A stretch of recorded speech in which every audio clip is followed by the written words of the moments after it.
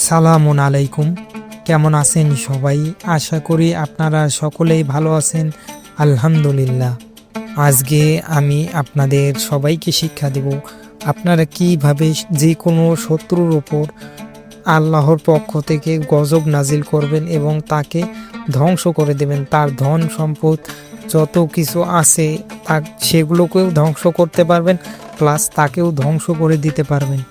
তবে এটি কোনো ভালো ব্যক্তির ওপর শত্রুতা বশত করলে হবে না, বা হিংসার বশবর্তী হয়ে করলে হবে না।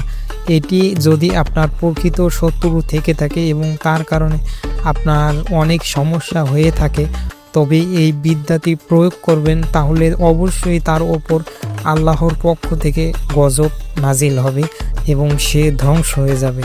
তার ধন সম্পদ সব কিছুই ধ্বংস হয়ে যাবে। এখন আমি বলি আপনারা কিভাবে কাজটি করবেন। তার আগে সবাইকে ঈদের শুভেচ্ছা জানাচ্ছি। সবাইকে ঈদ মোবারক। আশা করি আপনাদের ঈদ ভালো কাটবে এবং আপনাদের জন্য দোয়া এবং শুভকামনা রইল। এখন বলি আপনারা কিভাবে কাজটি করবেন। কাজটি খুবই সহজ, আপনারা করতে পারবেন, খুবই সহজ, কোনো কিছুই লাগবে না। তার আগে একটা বলে দিই, আপনাকে এটি করার জন্য অবশ্যই ইমানদার ব্যক্তি হতে হবে এবং হালাল রুজি ভক্ষণ করতে হবে এবং সৎ এবং উত্তম চরিত্রের ব্যক্তি হবে এবং ইসলামের সকল আইন কানুন মান্য করতে হবে, তবে এটি আপনি করতে পারবেন।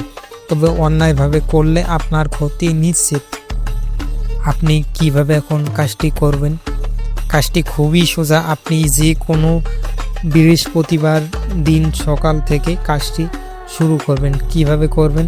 আপনি 3 বার তওবা পড়বেন, সকালে পাক পবিত্র হবেন, হয়ে পশ্চিম দিকে মুখ করে বসবেন। এরপরে 3 বার তওবা পড়বেন, 11 বার দরুদে ইব্রাহিম পড়বেন। এরপরে সূরা আদিয়াত 11 বার জপ করবেন। সূরা আদিয়াত প্রতিবার জপের শেষে আপনার শত্রুর উপর যাতে আল্লাহর পক্ষ থেকে গজব নাজিল হয় বা সে যাতে ধ্বংস হয়ে যায় সেই প্রার্থনা করবেন, বা সেই বলবেন যে হে আল্লাহ, অমুককে আপনি ধ্বংস করে দেন, তার ধন সম্পদ ধ্বংস করে দেন।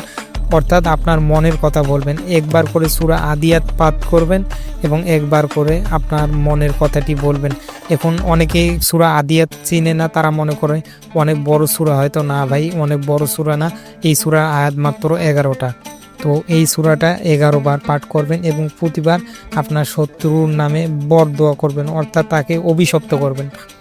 একবার করে পাঠ করবেন। এরপরে আবার 3 বার তওবা এবং 11 বার দরুদে ইব্রাহিম পাঠ করবেন।